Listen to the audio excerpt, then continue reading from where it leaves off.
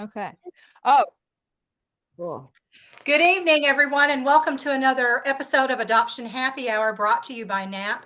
We are the National Association of Adoptees and Parents, where it is our mission to unify the adoption community and elevate our diverse voices by promoting dialogue, understanding, and healing through education, awareness, and connections. I'm Marcie Keithley, your host for the evening, along with the lovely Beth Story, helping out in the Zoom room. Jennifer will not be joining us this evening. So we're excited to have so many of you here tonight, and some old faces back. We haven't seen you guys for a while, so I know you've been busy on the West Coast and these support groups and things are going on. So it's always nice to see returning guests. So we're really excited about our guest this evening. But before we introduce her, we have a couple of housekeeping items that we want to, and some slides, I think. Beth, go right ahead. We want to remind everyone this is a public meeting with no guarantee that information or identity is confidential. Portions of this event are recorded and may be shared in our private happy hour group on Facebook and on our YouTube channel. If you don't follow us on Facebook, the happy hour group, please do so. That's where Lauren's replay will be. Please remain on mute, raise your hand on screen or the virtual hand to be recognized. You may post your questions or comments in chat. If you are experiencing a serious mental health event or suicidal thought, please contact a licensed professional or the National Suicide Prevention Lifeline by dialing 988.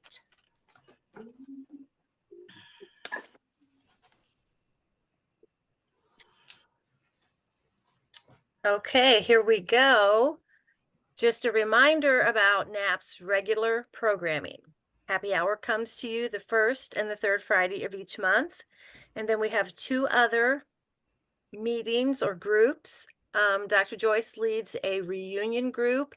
Normally it is the second Tuesday of the month, and in December it will be the 10th. And that meeting has already been published, so you can register at any time. And then our other support group is First Families, Birth Parents Journeying Together, and that is facilitated by Amy Seek.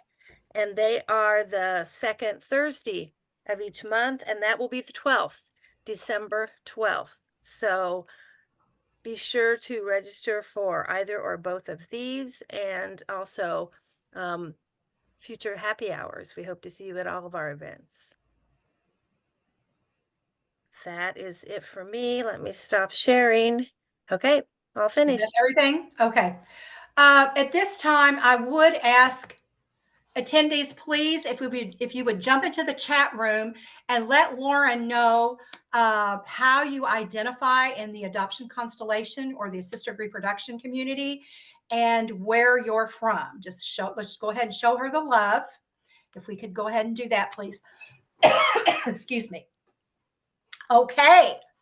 Are we ready to be ridiculous? Lauren, are we ready?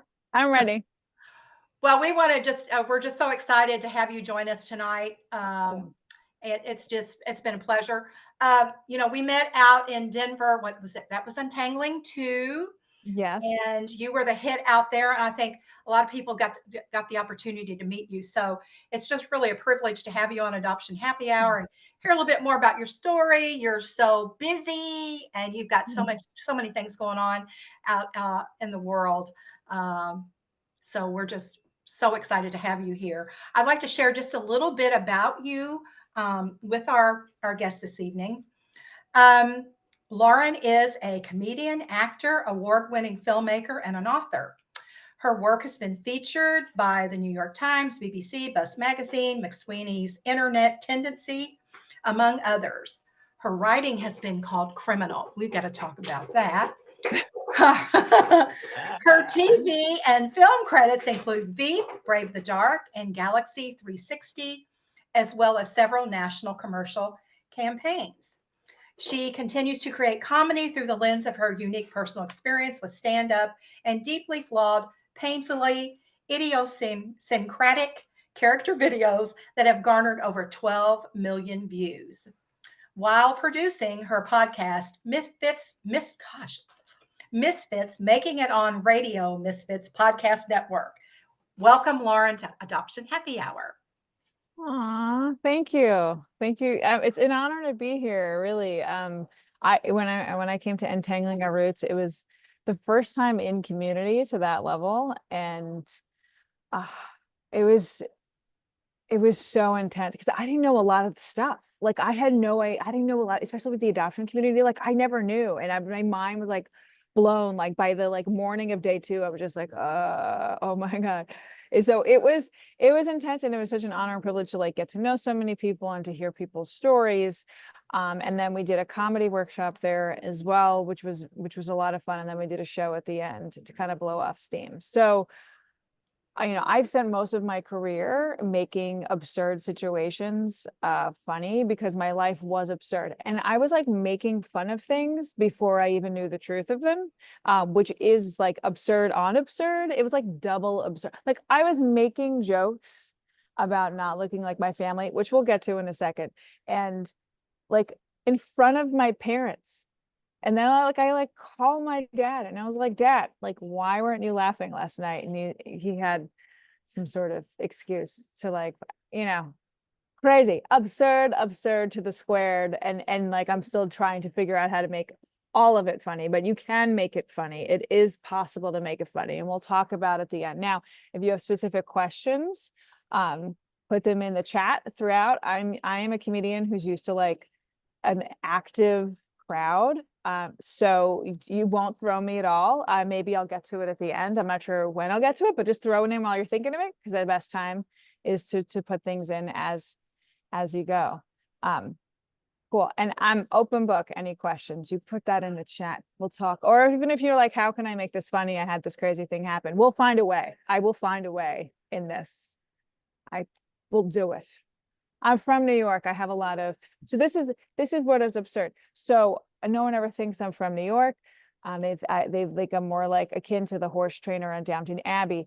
It's different, but I have a last name like LoGiudice, which is like, so it's like Southern, it's like Sicilian. Like it's so Italian. Like when you meet an Italian, you're like, oh, LoGiudice, Sicilian. That's like real Sicilian. And if you perhaps have bumped it, if you've maybe watched, I know there's not a lot of Italians, right? There's a lot of people, South Dakota and Missouri, Western PA. I don't think the Italian Americans went that far because the beach is too far. We never went that far, so there's not much. So if you don't know Italian Americans, maybe you've seen us in some movies like Sopranos or like Godfather. I came from such an Italian place. Like in New York, my dad was like, I don't watch The Sopranos. Are you fucking kidding me? That's a rerun of everything I saw on 18th Avenue. Like that's how Italian. So I'm there. They're all really short, like really, really short little Italians. And there I come up. You can't see how tall I am, but I'm pretty tall. I'm 5'11", and walking around with this little Italian family, and everyone is like, are you an exchange student? Because I don't understand how this belongs. And people were so rude, like unbelievably rude, like just constantly pointing out like how I didn't look like my family. And it just shows you like how far we've come, that like I think about like if I would ever say the things that were said to me to my nephews, I think like my brother would never talk to me again. So people constantly pointed out, how come you don't look like anyone? How come you don't look like anyone? Why don't you look like anyone in the family? Why are you so different? And then they did a few things. One is they told me it's all in your head, which is gaslighting, as we all know, and definitely not good, knocked off on many mental health issues from there. And also they had a few theories. One was that I look like my great grandmother, and they gave me a picture of her and were like, you look just like her. And I'm like, I have more of a chance getting mistaken for Simone Biles than this person. I don't know what you're talking about. So that was one. And then they're like, oh no, it's just your profile. I'm like, okay, nice try. And then another one, they would say my grandfather my dad's dad went to the library to do research because I think he was just maybe afraid his son was cuckolded. And he was like, wait, it has to be research. Why doesn't she look like anyone? And he comes back with an article that said that the Vikings invaded Sicily. And in his head, he was like, well, that's why sometimes someone like you was born. Because 1,000 years ago, a blonde-headed person intermarried or whatever with our community. So yeah, yes. So now, to be true, the Vikings did invade Sicily, and yes, sometimes someone is blonde, but like, yeah, maybe blonde, but short, blonde. I have 85 feet. I am a genetic anomaly. If that is true, I am a miracle baby because I am so far different than all of them. So it's like such a weird state. And it's so nice to talk about this with you all because you can understand this. Like, it's this weird state of being like, this is ridiculous. Something is up. Something is up. And also clinging to this story and these excuses. Like, I told everyone that I was like a Viking from the Vikings. That's why I don't look like it. People like wanted, I'm like, oh, the Vikings, the Vikings, the Vikings. Like, I went back to Italy on a Discover My Roots trip, and like people in Sicily were like, well, you don't really look Italian. And I was like, oh, I got it. It's the Vikings. And they just looked at me like, Americani un poco stupido, huh? They're not having it. So I also went to Bergen. And this is also, again, like at a few years after that, I went to Bergen, Norway, which is like the seat of where a lot of the Vikings were dispersed from. So now and it's like this weird, it's like a double existence. Like, on the one hand, I was like, okay, something has to be up. They're not talking about it. But on the other hand, like, I was like, oh, the Vikings, like, this is so cool. Like, this may be where my people pushed off from many moons ago. And you're sort of like getting solace, but also getting wrecked in your self-esteem at the same time. So it was a crazy time. And also this too happened. And so I was just in this state of like, what is this? And I would talk to my cousins about it and be like, well, no, like, we're pretty sure your mom was pregnant. And so what could it have been? But like, the thing is, I didn't think my dad was cuckolded because my mom is boring. So I was like, what could it be? And so I did get a letter. And I haven't talked about this on stage yet, so I'm glad to talk about it with you all. Like, I have a letter in the mail that said, I'm working for a search firm for a woman who gave a kid up, I'm not sure the right word, placed a child for adoption. Is that right? Let me know. Right. Is that correct? Okay. Thank you. Learning all the time. So placed a child for abortion who was born in the same hospital as you on the same day. So I then kept the letter for a really long time. I didn't know what to do. I was like, should I call? What should I do? And then I was talking to my cousin about it. And then finally, before I called, I talked to my dad. And my dad my partner was with me. My partner at the time was with me. And I showed my dad the letter, and he got so angry. He was like, put that letter away. I don't want to see it. I don't nothing. I'm like, well, don't you want to do a DNA test? Because like, what if I was switched at birth? Like, I was on the switched at birth theory at the time. Like, I could have been switched at birth, and then like the wrong kid was adopted, and you have a genetic kid that's out there somewhere. And he was like, I don't care. I don't want to know. Put it away right now. And my partner at the time was like, she was just like, if I were you, I would rip that letter to shreds and never see it again, because she was like, wow, he is so angry. So it took a while for me to like get the courage to call the agency. I don't know why I didn't. It's like this weird thing of like, why didn't I just take the bull by the horns and call the agency right away and like figure this out? But I didn't. I was scared. And so I didn't realize even how scared I was at the time, that I just kept like putting it off. And I called and they were like, no, they were connected, DNA match found, like that's definitely it. So didn't know, like still in limbo, in limbo, in limbo. And then I was out for drinks with people one day and they were like, so I did a DNA test and I found out, oh, I'm like, 50% this and 50% that. And I was like, oh, snap. Like, I'm going to go take this DNA test. So as soon as I go home, I order the test and get the results. And they were confusing. They were super confusing to me because like mine were from England and Italy and my brothers were from Sicily and Greece. And then I'm like, but siblings have natural variability, right? Like in Sicily was like invaded by a lot of people. So like, and if it was the Viking theory, then that could have been true. Because like maybe the Vikings picked someone up from England and came to us, me, and that's how. So in my head, like I was like, again, making excuses and like having a hard time even like understanding it. And I had all these DNA matches I didn't understand. Again, answers were right in front of me, but I was petrified, like in this, I'm like saying, can you guys hear that? You can hear it. I'm sorry about that. I'm in a lounge right now. Hopefully there won't be another one. But, so so I was trying to figure out what to do with this situation. The answers were right in front of me, and I at the one time, at the one hand, I was telling people, I really, really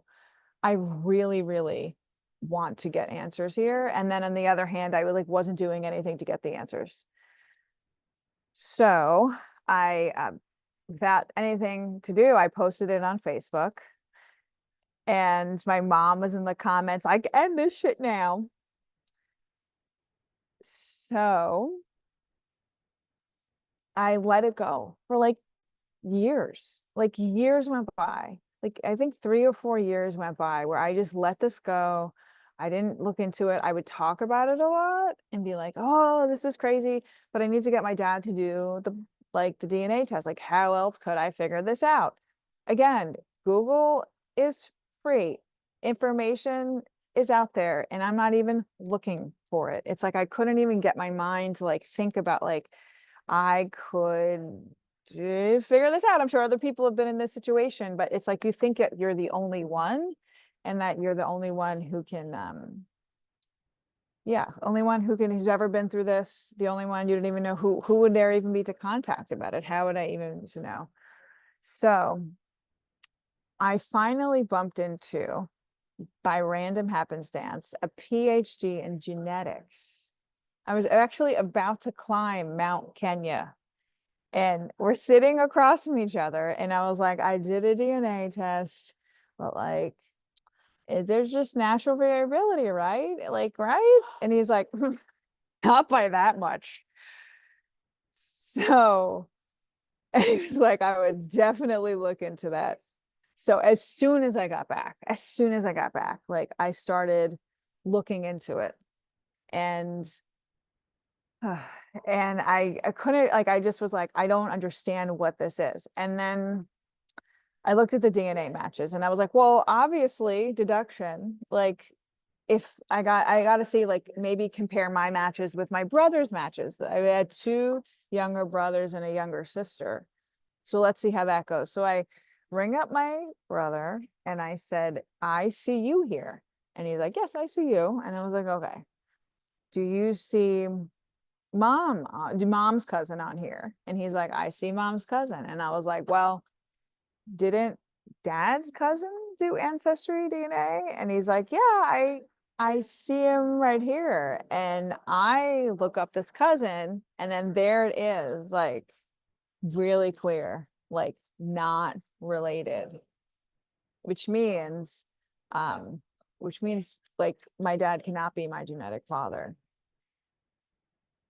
So then again, trying to figure out what to do. Like I can't believe I didn't storm my parents' house, like individually. They live separately. They're not longer together. I can't believe I didn't be like, demand explanation. But again, I was like trying to like figure this out. On the other, to give myself credit, this is a really intense family secret. So I was also pretty clear that they were like not going to give me the truth. So I was like, oh, I have to sleuth this on my own, because there's no way they're going to be like, oh, like, here it is, this information. So my mom gives me at this time a picture of my genetic, of my godfather. So it's a picture of my godfather, and my godfather is tall with fair features, and suspiciously they stopped talking to him when I was like 6 or 7. So I'm like thinking that's so shady. Maybe it like caused issues, and like, so, and now I don't think my theory, I do not think my mom was cuckolded and my dad was cuckolded. I really don't.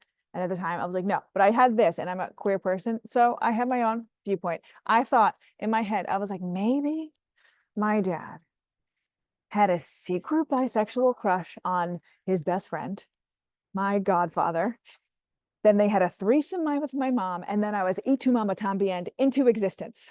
I was convinced. I was like, that's how it happened. And if you ever met my dad, you know that that is statistically improbable. Like, that is close to 0. But I was convinced. I was like, no, absolutely. This is how it happened.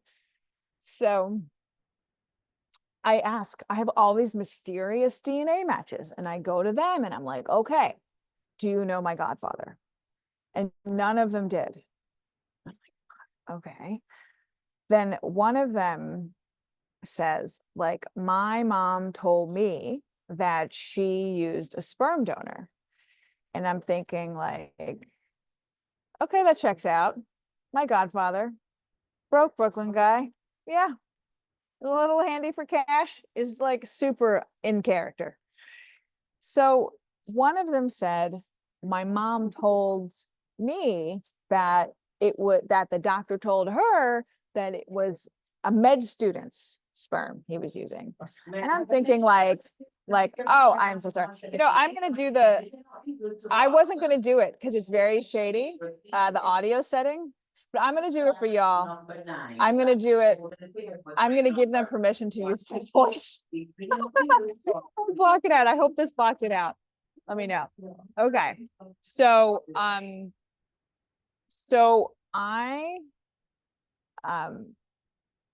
so at this point, I'm thinking like a med student, like that all the doctors must say that, but one of my, like, these people like took it as fact, and then he called Ancestry. So then he asked all of like the relatives that we had in common. He asked them, like, do you know someone who was born, excuse me real quick, born in, or was a med student in New York during the years that we were conceived? And she comes back and she says, give me a few weeks. Now, during this time, I also called Ancestry, and I was like, all right, who are all of these DNA matches that I have? And then like I was like, because, you know, Ancestry is shady. Ancestry is so shady. They like put a range of how you're related to them, because I think they just want to like obfuscate like all of these shady situations, so everyone just doesn't like start hating Ancestry for it. Or I think maybe they just want to upsell us on some other stuff, whatever it is. They always do this like range of how people were related to people. And so I called them and I was like, you have a range, like, who are these people to me? And they were like, oh yeah, they're all your siblings. And I was like, 15? Yes. So we wait a few more weeks. Now I know these people are my siblings, and we wait a few more weeks and 3 more days, excuse me. And this person gets back to us, and she says, yes, there was a med student in the family, and his name was Jim. So at this time, like, New York is like closing, like New York is closing. It's because of COVID. It's like the city is legitimately closing. And I'm like, I gotta hear this from like my mother's mouth. So I drive to my mother's house, and now this is a crazy situation that only people like us would understand happens.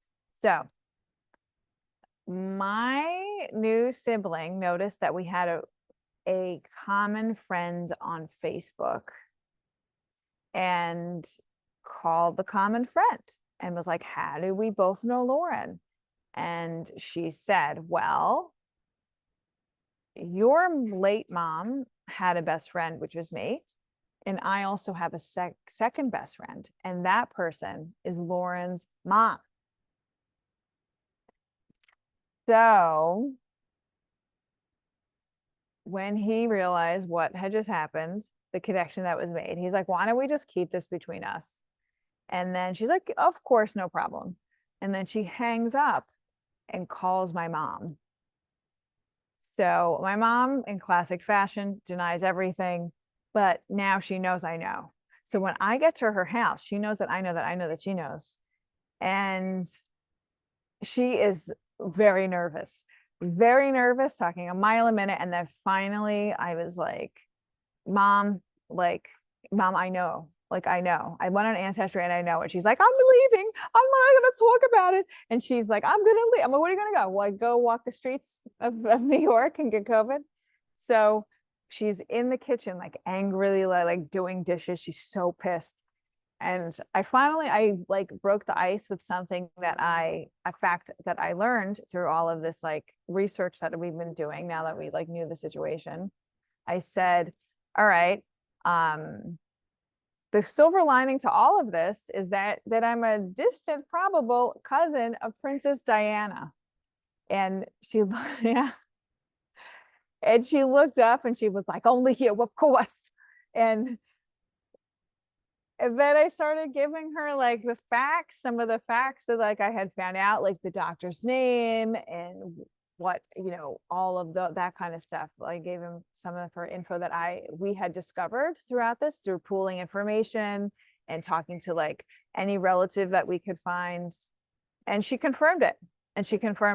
And that was the first time we like had a real conversation. And what's amazing too was seeing the change in her and how she like seemed like in her you could see this like all of that had been on her back for so long, just weighing on her, just evaporate, and all of the shame and the anger around this issue because people didn't make it easy and because they're also Catholic and the Vatican is not so kind when it comes to that. So, I think about this a lot, like, should my parents have said something? And I talk about this in my hour quite a bit, is that it's like, yes, and also like, it would have been very bad for me because the bullying in my little Italian community would have been like pretty intense because of the Vatican stance. So it's like this terrible decision that they had to make. It's like, damned if you do, damned if you don't. Should they have told me later? Like, yeah, like for sure. Like when they came to my solo show about me feeling like I don't know where I fit. Yeah, they should have told me at that point. They both saw it. They should have told me. When I called my dad after that comedy show I told you about, like where they like saw me do comedy about it, and like my dad wasn't laughing, and I called him the next day and I was like, so Dad, like, why weren't you laughing? And he was like, he just said, well, listen, I know the other people laugh and I'm glad, but I'm not gonna, because I'm your dad. And I'm like, which is very sweet, and he is my dad, but he didn't tell me the truth. And I asked my mom that. I said, Mom, like, he had an opportunity to tell me. Like, I asked him point blank. And she was like, yeah, but he knows I would have put a knife to his throat. So much shame, anger, fear went into all of it. So now I know. And now we're also like, who is this guy? So Ancestry is great for connecting obituaries to a profile, and obituaries have, as we all know, the whole family line. So with his name, we're able to get we saw an obituary and get the daughter's name, find her on Facebook. And within like 45 seconds later, we had pictures of our genetic father. Yep. And never have I been so grateful for our country's lack of data privacy laws. It was, thank the goodness we had it. So I go to meet him, and it was, meeting Jim was the best moment of my life, because it was like all of these years of like self-doubt and like just being gaslit and not understanding myself, like lifted more than I even thought. Because when I found this out, the truth, like I walked into my therapist's office, and was like, you know, the thing I told you the first visit, you know, I told my therapist, like, I told you the first that visit, I was like, there is something wrong with me and we're going to find it out. And she thought, she was like, one of my therapists was like, no, for sure you're adopted. I'm like convinced. She told me that. And I did call her back later to be like, I was actually a sperm donor kid all along. You should know that, like, there's other options with your clients besides one. Because she suspected something was wrong. So she was the one telling me like something was up. So when I found out, I had already had a weight lifted off my shoulder. I knew that nothing actually was wrong with me that whole time. It was just that I was being gaslit and lied to. And then when I met Jim, it was like, I never could understand like what I looked like. And it's so hard. And actually I made a movie about it because I couldn't explain it for so long. Like I tried to do stand-up about this concept. I've tried to do a clown number in this concept. I've done so many different things until I finally wrote this short film called Honestly, which we're in post-production for now. And that is this feeling of not understanding what you look like and genealogical bewilderment. And it was 100% my experience. And it's like I never realized I was tall. Like I never realized like what my body looked like. And like just standing across from him, I was like, the first moment, I was like, this is what I look like. This is me. This is it. I like get it. I get what, and we have the same profile. The profile that they said was my great grandmother's is actually Jim's. And understanding like my personality more, because we're very alike in that way. And my curiosity and the things I'm interested in, a lot of it like fell into place. And it's still been a journey of like unraveling all of the stuff. And then this is part of the journey. I'm so grateful to comedy because it gives me an outlet, and it also requires me to deal with stuff so that I can joke about it. So one of the things I talk about when I teach comedy is that I do a class called Funny Side Up, is that you cannot joke about something that has not been therapized yet. Like it has to be something that you can readily joke about with friends. There has to be a lot of lightness around it. Otherwise, it just gets muddied, and it's going to be hard to do the things you need to do to make it funny. It's just best to do something that you feel very confident, like you can talk about without crying, essentially. No tears about this, because you had to have had dealt with it. Yeah, maybe tears in the past, but no tears right now. So as I've wanted to talk about it on stage, I've had to deal with it in therapy. I've actually, one thing that's really helped me, it's not for the faint of heart, but clown training has been really useful. So I just got, yeah, I know, not like circus training, but more like it's improv on steroids. I've trained with these people at Philippe Gallier. And also with Spy Monkey as well. And it's like, you come out and they give you a game which you're going to fail at, and then they want to see what you do when you fail. And so when we fail, all of these self-doubt thoughts come in, and then you have to go move through that to find the next thing and to figure out how to be funny. And on top of that, their philosophy is not really to give a lot of positive reinforcement. So then you have to deal with like not getting positive reinforcement and what that means. And so it's been Challenging. I take it in the right doses. Obviously, it's not something I could do every day, but training like that has been super helpful because I'm trying to understand, because one of the tenets of clown training is like, you have to go on stage thinking you're good enough.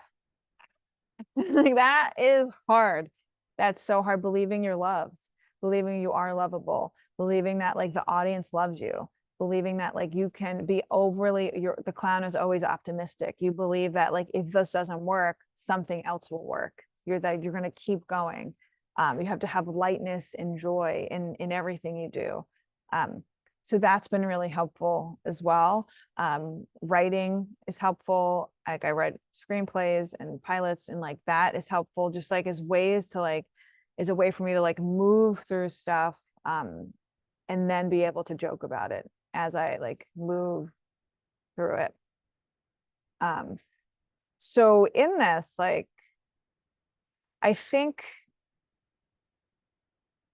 it's that sometimes like it's okay if something's not able to be joked about in the moment, if like you can't joke about it in the moment, because sometimes it becomes funny at a later date, and that's okay. And that really is okay. I have things that like I tried to make funny for like 2 years, maybe even actually that one thing. It was a bully that I had. It's taking me 8 years. Isn't that crazy? Like I think 7 or 8 years to like figure it out. But I just wasn't ready. I just wasn't ready. I was like too angry about it. I was unclear, because one of the things you need for comedy is clarity. And so if you're not clear about where you were in the situation, and this is all therapized when you do in therapy, like you figure out, who am I in the situation? What happened? What caused it? How do I feel about it now? How did I feel about it then? How did it affect me? If you're not clear on that, it's hard to make it funny. So attention, I have taught comedy, and I've noticed there's some things that people have trouble with, like in terms of like some of the mental blocks to the funny that I've noticed. And I think I'm going to keep like a running list, because I feel like as time evolves, I'm just going to keep learning more of this. So one thing is that people that I see is people think like they are alone in this experience, and like, how can I talk about this on stage? Because I'm the only one in the universe to have gone through this. And that might be the case. Like maybe you did have a unique experience that like no one else has had and you've never heard ever before. That could be true. And also, a lot of the themes of what we're talking about are universal. Like it's this crazy thing in art where the more specific, the more universal. So all of the things that you think like, this is crazy, all of these details, all of this stuff, that is like what people want to hear, because it's so human and it's a part of the human experience. So know that you're not alone, because even if that story is unique, the only one in the world, it's a human experience, and we're all humans, and it's going to be part of your shared humanity the more you share it with us. Some people think it's like the worst experience ever. And I hear a lot. I do this thing in the Misfit variety show. I do a thing called anonymous audience stories, where people write like how they feel like a misfit, an embarrassing moment, a crazy family story. And I see people say like, I thought I was like the only person to have this experience. And I noticed that like sometimes people will like be like the most different, like a Gen Z, like pierced, queer, BIPOC person. It like turns to like the like church-going 50-year-old accountant in a suit, and is like, wow, like we both have the same feeling of like not, and have similar experiences of being embarrassed and being shamed.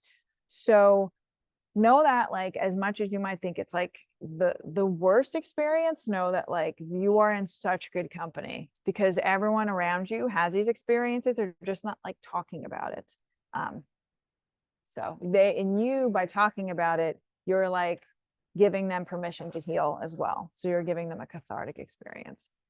Also, you know, with that enveloped in that is shame. People are so embarrassed by their stories. Like it's going to make, but like when you say the crazy stuff, like you think people are going to think I'm awful.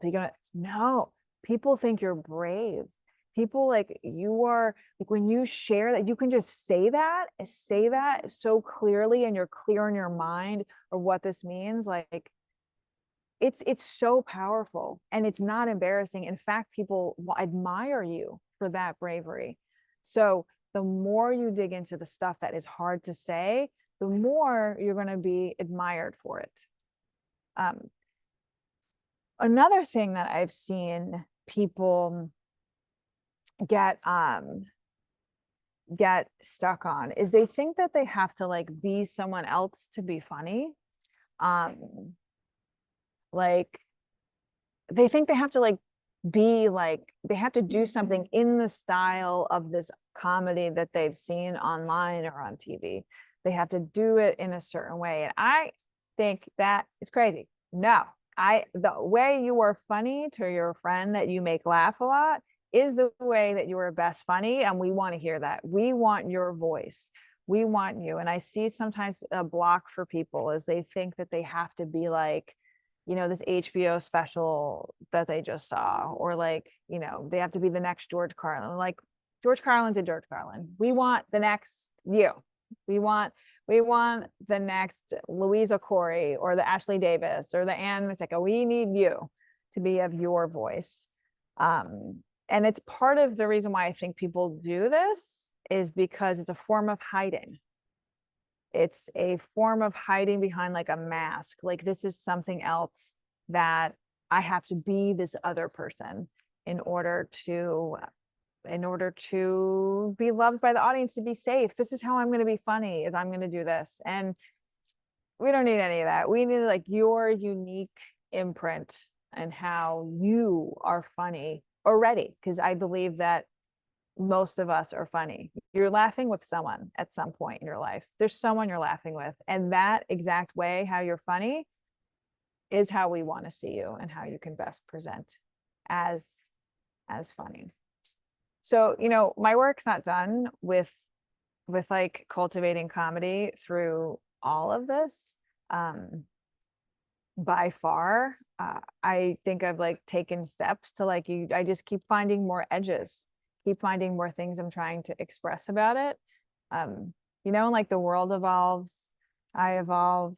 It's a process, and I just keep trying to like dig further, to talk more about like how to make absurd funny, because it's absurd. All of this stuff is like absurd by its very nature, and it's to be proud of that and to not feel like it's a detriment. It's actually like a great gift for storytelling, and it's a great gift to the world to share that, because when you do that, people heal, I do believe. So I have some questions, or okay. We have someone says we have to laugh at times to keep from crying, is everything we learned when doing a search, DNA discovery of meanings appear unbelievable and surreal at times. Yeah, and the other thing with the absurdity is the technology, because like I think part of talking about the technology is like our human society has not had this at all, ever. It was unfathomable. Like that's why people donated back in the day. They thought, oh, this is funny. Like my donor like thought the whole thing was hysterical, and so like he would, I don't know if he would have donated if he thought it could be found. So that like you spit in a tube and you put it in the mailbox, and then you get a link to your computer that tells you like everything you are, and tells you, I mean, and unleashes family secrets beyond, like that is, that would have been, I mean, it's insane to think about. And I think human society, we're trying to wrap our brains around it. Like, what does this mean for us, and who are we, and what is family? And we are on the front lines of like making these discussions. And we are like, and these stories that are like, are the most some of them are the most extreme. And we're trying to say, well, what does that mean for who we are as people? And if you can make them laugh, they're going to listen to what you want to say a lot more about that. And someone says adoptees are master makers. I wonder what that means. Master makers. Do you know what that means? Master makers. Louise says it. Louise, do you want to say what is master maker? Masker. Ah. Master maskers. I see what you mean. Master maskers. Yeah. Yeah. Yeah, for sure. Yeah, that's interesting. Cool. All right. So we have to become who our AP adoptive parents want. Yes. Yes. I felt pressure. I was so different. I like didn't look like my family in like a pretty extreme way. And I did feel pressure to try to be like a little Italian. And I definitely definitely at some point I would they in Queens in the 90s, they would definitely use a lot of hairspray to like make the wave, the wave like that. So I've definitely have done the spray. I really tried, but it's like I've been I've had this experience over and over again trying, and I've seen this pattern in my life, like trying to fit in, and then bam, it does not work. It's like rings as unauthentic. People can sense it as soon as I walk on the door. So yeah, I totally feel that. And then at one point I just said, screw this. And then I would just go to every garage sale that I could to buy whatever alternative clothes I could find, just to be different than the rest of the family. It was like, what are you doing? I can't believe it. What is this clothes? Getting them out of the house. But then you always pine for not fitting in, but then I don't fit in and I feel bad about that. So it's like this I've just felt like this ping ponging back and forth through this, and the experience was absurd. And I hope this helped today in terms of teaching you how to be absurd. And I could take some questions. I know we have a few more minutes before 8, but I'm happy to take a few more questions. I can also give you some more tips, comedy tips, but I also wanted to also pause for a second just about about this. Okay. What about the don't you have some slides? Oh my God. I was just talking. Oh my God. Thank I you. want to see the slides. Oh my God. Okay. So I really want to express to you okay. Oh, oops. Okay. Let me share these with you. I have some photos, folks. I have some photos for you because I want you to see the full effect of all of this. Okay. So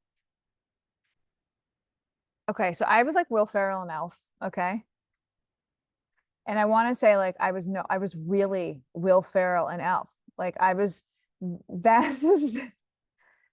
This is me and my mom.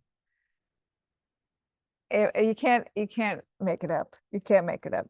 When I look at my mom, she looks like a doll to me. I'm so much bigger than her. She is so tiny. She's a little tiny Italian woman. And I mean, it was so extreme. What is it going? Why isn't it going? All right. Oh, here we go. So super extreme. This is me and this is my sister and 2 brothers. And then this is me. I mean, I was only 2 years older than her and so far out, but nothing to see here. Nothing to see here. There's nothing to see here. This is my cousin. She was half Irish. So we looked a little more alike, which should have been telling because my birth dad is British. So British descent. And then this is me and my brother. And again, only 2 years older than her. You can't make it up. My mom never really knew how to dress me. This is actually fits. That's unusual. Most of my clothes never fit because she couldn't imagine her to have a daughter as huge as I am. It was always and this is me, obviously not happy. Something was up. I remember I was looking at photos of my dad and he was we were looking at going through family photos, and he's like, "Oh, you look like not happy when you were a kid." I'm like, "Really? Why would that be? Like, why would that be?" But he never put that together. But I was always sad. I was sad a lot. I cried a lot. Because obviously, like, I was being lied to, and I knew something was up, and I was being gaslit. And also I should mention that you can go find out more about my work and also about Funny Side Up. We're simply taking names for a wait list at this point for the next session. So yeah, you can go there and find out more about what I do, what I teach. And yeah, thank you guys so much for this. This was such an honor to be able to present to you guys, and I'm here for questions if you have them. Yeah, thank you. Thank you for your presentation. Yeah, we'd like to go ahead and open it up to questions from the attendees. I know some of you will have your questions, so you're welcome to go ahead and raise your virtual hand. Who would like to ask Lauren the first question? We always start slow, and then there we go. Yep. Who's up? I thought I saw somebody's hand go up. I'll go ahead and take myself off mute. I did. Hey. I'm an adoptee that always knew I was adopted, so I cannot imagine what it feels like to I mean, I know why I felt different because I was adopted, but my two siblings were biological of my adoptive parents, which to me always highlights a little bit more of how different I was. And my mother, "Hey, I heard you say that when you went to get clothes because you wanted to be different, your mom was like, 'What are you doing? Why are you trying to be different?'" Anytime I would express a different like or dislike or wanting of something that none of the rest of the family, my mom would call me out on it of, "Why are you trying to be so different?" So I just get, so you found your biological father in like 2021? Yeah, Right? ish, yeah. Okay. Yep. Did you said it was like the happiest day of your life. Did you notice like a whole difference in how your body felt too? Like, did you feel like just a release of?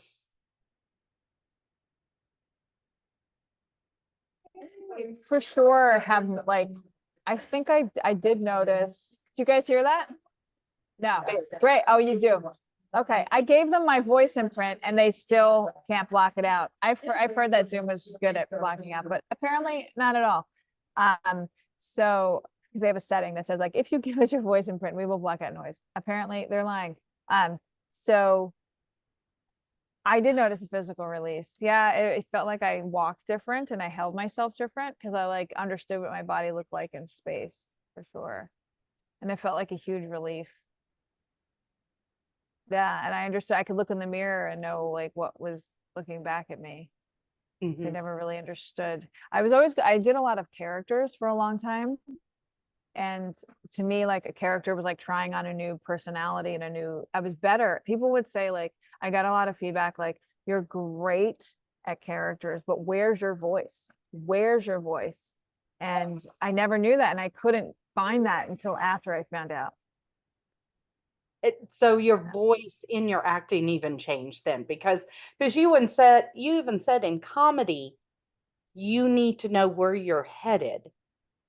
Yeah. In order to, which I've never thought of it that way. That was, wow.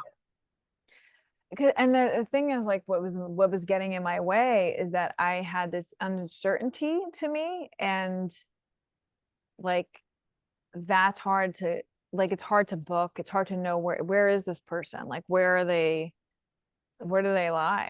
And people didn't know. Yeah. Did you ever have any anger? Yeah, I did. I definitely had a lot of anger. I mean, a lot of anger when I was a teenager. I had a lot of, and even after, a lot of anger. There's something like great about being able to say, "I told you so." And that satisfaction, it's like the biggest, like, "I told you so." because like it made me less angry. The more revenge, I guess, the revenge of it has been so great. Yeah, but yeah, a lot of anger. I dealt with a lot. A lot of the anger I felt like was like directed inward for a long time, and then like maybe outward to people who didn't really deserve it, and just felt like super angsty about everything. Yeah. Thank you for sharing. I've Of enjoyed course, it. thank you. Thank you for sharing as well. Thank you, Lori. Yeah. Someone said here, my adopted mom is short as well, 5'2", 5'3", and I'm 5'10". Ha! Did I feel you? I didn't know until I was after until age 23, but always got gaslit when I asked questions about my height, weight, or other physical characteristics. I feel you. Yeah. Yeah. Always like, that's all in your head. I don't know what you're talking about. Like, what? Nothing to see here. Nothing to see in the obvious photos that you saw. Nothing. That's my daughter. That's my daughter. Down there is my son. But up there. Yeah. Yes. Interesting is like my nephews are now, of the age where they're like, you're the tallest person in the entire family, Aunt Lauren. I'm like, yes, I am. Yes, I am. And so that conversation's coming. Feel like, all right. But I'm afraid they're gonna, I'm open to I don't know how to brace it because I'm afraid they're gonna say something inappropriate to other people. Like, Grandpa, Aunt Lauren said that you're not really her dad. Like that's so let's see. Yes, 21 for me. I found my birth father in March of that year during my birth. Yeah. COVID, the world was falling apart and so was ours. Yeah.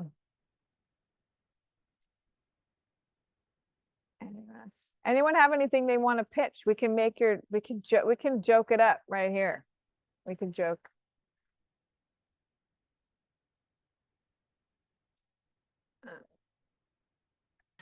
Well, I know I can definitely relate to the being tall because all the Keithleys are like 5'7", dark hair, dark eyes, and there's me, blonde, green eyes, and legs for days. And I got teased like that too. And they tried to pass it off on great grandmother, whatever, and was just like, I stuck out. And yeah, of course, I just found out about a year ago about having an MPE. So, and then when I found out the truth, it was like, it just all of a sudden everything made sense, these comments and how I felt and all that. But right. so I definitely Right. get the tall Right. thing. Yeah. You look at the Yeah. family pictures and go, I stuck out just like you did. It's obvious. Yeah, for sure. Right. Yeah. Yeah. It's so obvious. And then like, you're like, how did I not know? And it's like, oh, well, I was a child and they were lying to me. That's how I didn't know. How about that? Yeah. Someone says, Tammy says, I was angry a lot too. Didn't realize that one of the emotions prominent in my life when I was little. Wow. Yeah, me too. I feel that. Yeah.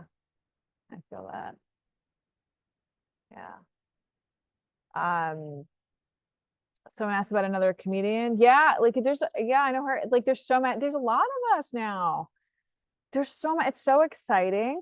I don't know if you know Jack Comstock. His dad was a sperm donor. So he jokes about like how finding out, like getting these messages on Facebook. And he was like, these Russian bots, I tell you, who are these people? How does this person look like me? And then so he's great. There's just so many. It's so exciting. It's super. I think his sibling is a comedian too in Los Angeles. Someone out like, are my siblings funny? My new sperm donor brother, he wants to do comedy, but no one really does comedy. I don't really know where I got it from. I know I think that is the replay just going on Facebook. That's it. In the private Facebook group, right? The replay, or is it living on YouTube? It depends on what I'm going to say next. Is this going to live on YouTube forever, or is it just going to private Facebook? We can stop the recording now. That's usually what we like to do so we can keep things in. So let's go ahead and let's stop the recording first. Okay.